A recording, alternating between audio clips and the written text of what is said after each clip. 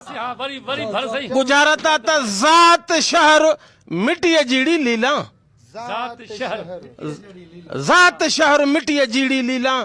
हे फुथई तो हार ते दिनो वर लीला। हाँ बचे मोटड़ी लीला बचे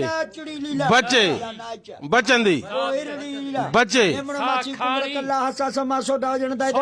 कोरी कुंगर स्वागोट का संप्या छजड़ा बूढ़ चंद्रावारा ते बालंगालोरा कोरी मोची हिस्बानी जलबानी से शाह बुखारी सता मता कीरा भौर भगत अब्बासी कलोड़ा बचे स्याल जो खुशक वाजा दर्जी धनार नाय चनेड़िया कनास राबड़ा गचलई सेठार भरिया ब्रोही लाड़ जुणी जा उनरई लाछार उमराणी आरी जा कलवड़ चारणई पातार धुकड़ धारे जा कोश कमराणी गुन्या गजरार बाजीगर थरी बलाल बांबड़ई बकरार बचे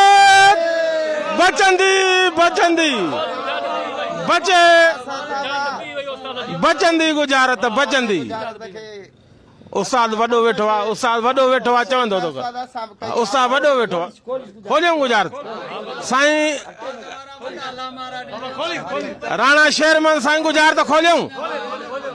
साईं असां सुगड़न सभिनी खे ख़बर आ त लीला पंहिंजे मुड़स खे 9 लखे हार ते खपायो हुयो सभिनी सुगड़न खे ख़बर आ मुंहिंजी गुजारत आ सुर लीला ऐं चनेसर गुजारत आ त ज़ात शहर मिट्टीअ जीड़ी लीला हिकिड़ी रात लाइ साईं आफ़ताब किरिया साईं खपायई त सुबुह जो सौदो थियलो सुबुह जो वापसि हाणे चई त हार बि मूंखे मिली वियो मुड़स खे वठी अचां हाणे वञेसि पई त हल हिकिड़ी रात जो सौदो हाणे हल वापसि हार बि मूंखे मिली वियो हाणे चनेसर जो ॻाल्हाइण लीला सां जंहिंमहिल सुबुह जो वई आहे त ज़ात शहर मिट्टीअ जीड़ी लीला ज़ात जा आहिनि साईं गोरी अथव भिरिया रोड में वेठा आहिनि साईं मां त दाख़िल कंदो आहियां नाला गोरी पठाणा आहिनि ज़ात जा गोरी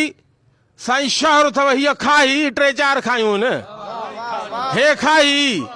मिट्टीअ जी आ मर यार हे मर चढ़ी वई आहे जेको धोई जाए त